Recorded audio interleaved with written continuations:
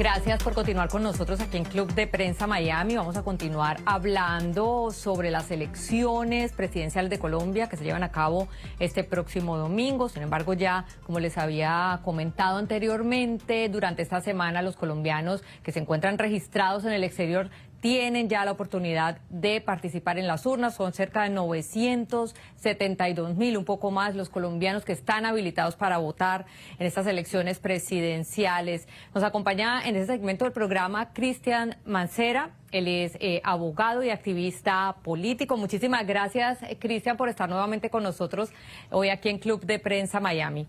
Buenos días. Un placer estar contigo y con todos los televidentes. Cristian, bueno, quería comenzar hablando sobre esta posibilidad. Ya los colombianos en el exterior están ejerciendo su derecho al voto. Yo quisiera que nos comentaras un poco desde tu análisis, desde tu perspectiva, este voto, estos 972.000 colombianos que estamos habilitados para ejercer nuestro derecho en las urnas desde el pasado lunes. Bueno, ¿qué tanto papel, qué tanto rol pueden jugar en estas elecciones presidenciales? Pues van a jugar un rol de suma importancia en la medida en que muchos candidatos que se están peleando la entrada a segunda vuelta, sobre todo el señor Gutiérrez, el señor Hernández, van a necesitar esos votos. Creo que ha sido un error por parte de esas dos campañas y de todos los candidatos, voy a decirlo, de no haber viajado al exterior en plena campaña presidencial a escuchar las inquietudes de los colombianos en el exterior. Creo que ese voto va a ser decisivo y creo que es la primera vez en que los colombianos en el exterior vamos a jugar un rol decisivo que nos va a permitir con el próximo gobierno, cualquiera que sea, que ya no nos vengan con cuentos chinos de que nos busquen para los votos y después se olviden de las necesidades de la diáspora. Entonces pienso que en esta oportunidad es necesario ese voto para muchos candidatos y creo que a algunos les va a pesar no haber venido a dialogar con la diáspora, a hacer eventos, sobre todo aquí en Miami, en Estados Unidos y en otros lugares de este continente americano, para poder escuchar esas necesidades de los colombianos en el exterior que de gran forma y en gran parte financian el desarrollo de las regiones de nuestro país. Abogado, ¿cuáles son esas necesidades? ¿Qué es lo que más reclaman los colombianos que se encuentran en el exterior y que no han venido siendo escuchadas durante todos estos años? Creo que la mayor parte de la necesidad, el colombiano quiere estar bien representado en el exterior y lo que hemos visto durante los últimos años es el uso equivocado, por ejemplo, los consulados para ejercer politiquería, por ejemplo, en algunas regiones del mundo. Cuando el colombiano ha necesitado ser atendido, hemos visto casos, por ejemplo, de personas que se demoran 6 meses para poder acceder a una cita para un pasaporte. Creo que el tema de la atención y cuando nosotros hablamos, por ejemplo, de una crisis de representación, esto va desde el legislativo al ejecutivo y lo que tiene que ver con Cancillería.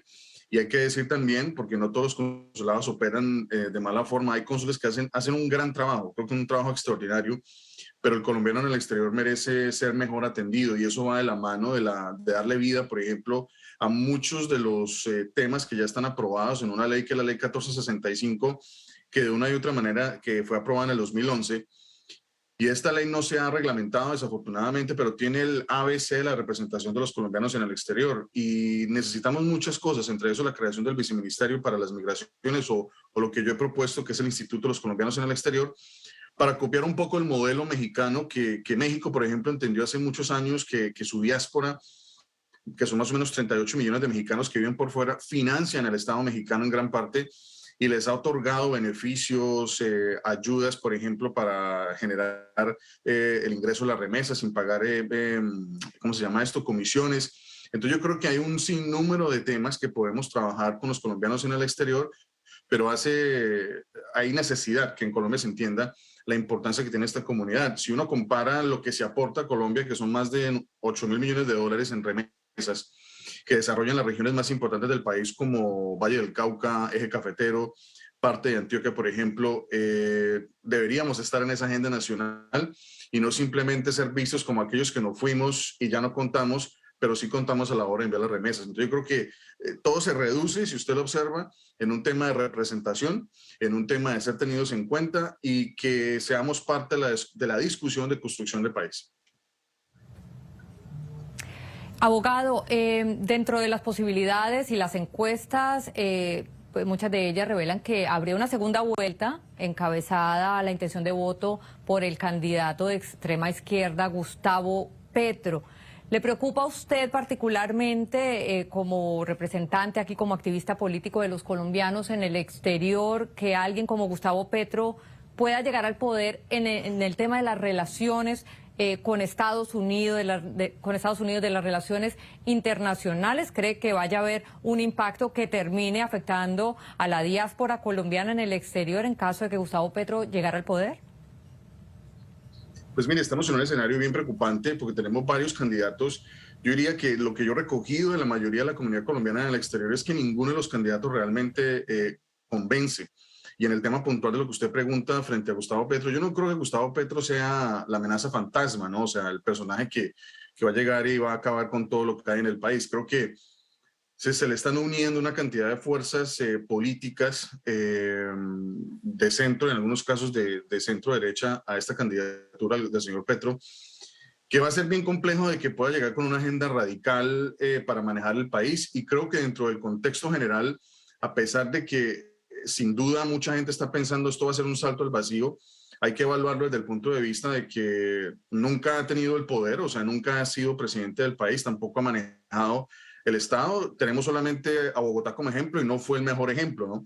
Entonces lo que yo le digo a la gente es, a la hora de tomar la decisión, si usted va a votar por Gustavo Petro, tiene que evaluar realmente cómo fue como alcalde y si realmente tomó medidas, o sea, radicales para destruir la ciudad en ese momento. Y si la conclusión es que no es el candidato, pues no voten por él. Hay otras alternativas, pero no creo que las relaciones vayan a cambiar dramáticamente porque dentro del equipo de trabajo de este candidato hay personas que son del ala de centro y de centro derecha que lo están acompañando, del Partido Liberal, del Partido Centro, Cambio Radical, perdón.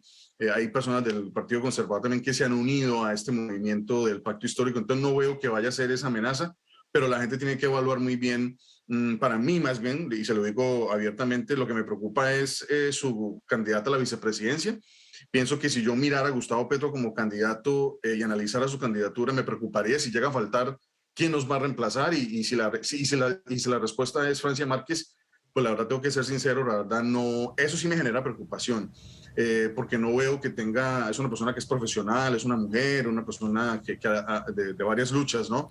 Pero no la veo pues en un escenario de una posible falta de un jefe de Estado reemplazando a Gustavo Petro si Petro llega a ser presidente. Eso me preocupa más porque creo que ella sí representa esa agenda extrema izquierda, contrario a lo que él puede ser un poco más moderado en su pensamiento de izquierda, que finalmente pienso que su gobierno va a ser más dirigido hacia una centro izquierda debido a los grupos políticos que lo están acompañando. Entonces, por eso no lo veo como una posible amenaza fantasma, pero sí me preocuparía que si llega al poder y llega a faltar, pues quien sea la presidenta de Colombia sea la señora Francia Márquez, que ha tenido salidas en falso y eso me preocupa bastante. ¿Abogado, ya votó? Por supuesto. Bueno, y vamos a hacerle este llamado también a las personas, a los colombianos en el exterior. Ya pueden votar. Es importante que sepan, particularmente aquí en el sur de Florida, que el consulado colombiano en Miami es la sede que está autorizada a recibir el voto de los colombianos en el sur de Florida hasta el próximo sábado, y el domingo sí deben realizar la votación directamente en el lugar en el cual hicieron su registro. Muchísimas gracias, abogado, por haber estado esta mañana con nosotros aquí en Club de Prensa Miami. Hasta una próxima oportunidad. Un placer, muchas gracias. Vamos aquí a hacer nuestra segunda pausa comercial en Club de Prensa Miami. Ya volvemos.